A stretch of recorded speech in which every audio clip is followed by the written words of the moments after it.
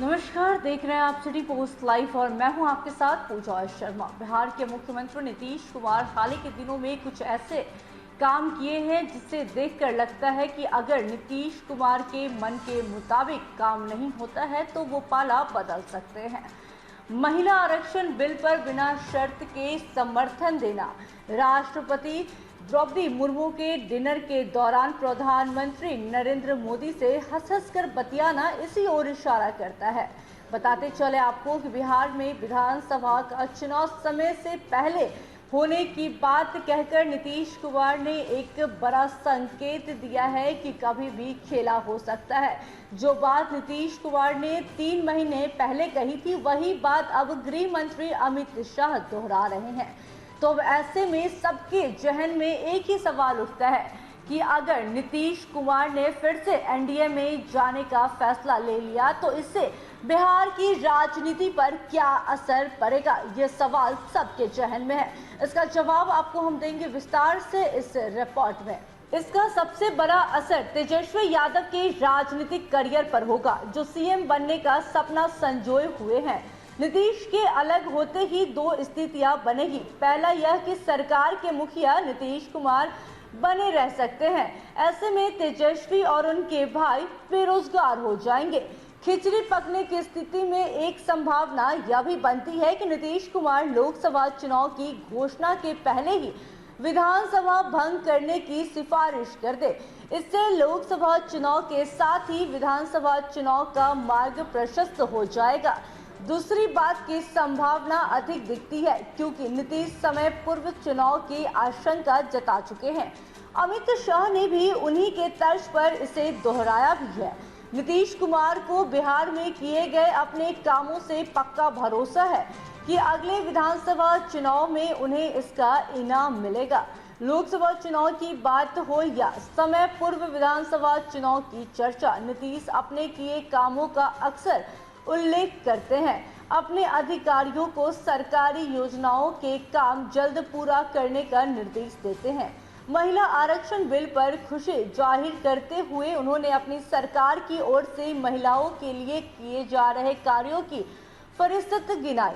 उन्होंने आधी आबादी पर पकड़ बनाए रखने के लिए पंचायत और निकाय चुनाव में उनके लिए 50% आरक्षण का कानून बनाया। सरकारी नौकरियों में महिलाओं का आरक्षण 35% किया। नीतीश ने शिक्षक नियुक्ति की चल रही प्रक्रिया में राज्य सरकार ने 50% महिला आरक्षण का प्रावधान किया। वैसे भी माना जाता है कि नीतीश कुमार ने महिलाओं को अपने पाले में करने के लिए देश में सबसे पहले इस तरह का प्रावधान किए हैं। केंद्र या दूसरी राज्य सरकारों ने बाद में इस पर अमल शुरू किया, यानी इस मामले में नीतीश काफी दूरदर्शी हैं। नीतीश के महागठबंधन के साथ जाने के बाद चर्चा यह थी कि आरजेडी नेता और बिहार के डेप्यूटी सीएम तेजस्वी यादव बिहार की सत्ता संभालेंगे और नीतीश कुमार केंद्रीय राजनीति में जाएंगे। वो विपक्ष की ओर से प्रधानमंत्री पद के प्रत्याशी होंगे, लेकिन प्रधानमंत्री पद की दावेदारी से नीतीश ने सार्वजनिक तौर पर बाद में इनकार कर भी दिया। वो विपक्षी एकता के प्रयास में जुटे और सफल भी हुए, लेकिन बाद में कांग्रेस ने पूरा कंट्रोल अपने हाथ में ले लिया। नीतीश किनारे रह गए। शायद यही वजह है कि अब उनके विपक्षी गठबंधन से नाराज रहने की चर्चा होने लगी।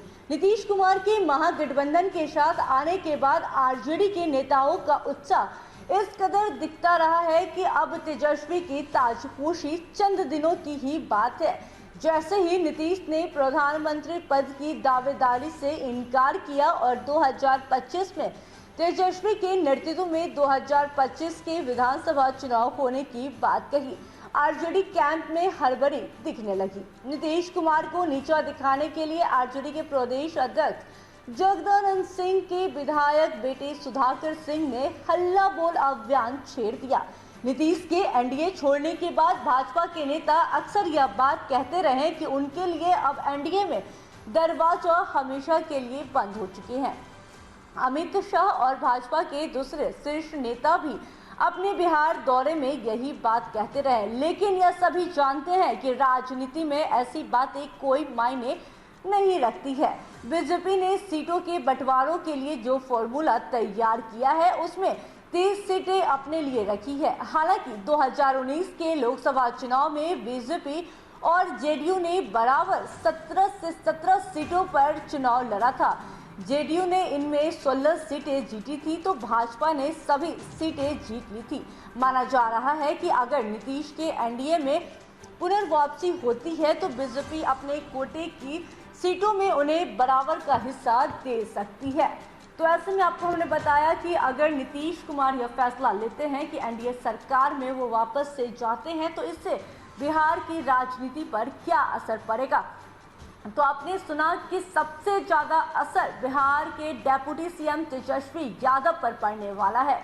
जो आरजेडी के कार्यकर्ता आंख लगा कर देख रहे हैं, आंख बिछा कर जो देख रहे हैं कि कब तेजस्वी यादव की ताजपोशी होती है, कब तेजस्वी यादव मुख्यमंत्री बनते हैं, तो वो उनके लिए यहाँ पर प्रॉब्लम क्रिएट कर सकता है। तो क्या कुछ खबर था बताया मैंने आपको इस रिपोर्ट में। तो बहरहाल इस खबर में बस इतना ही।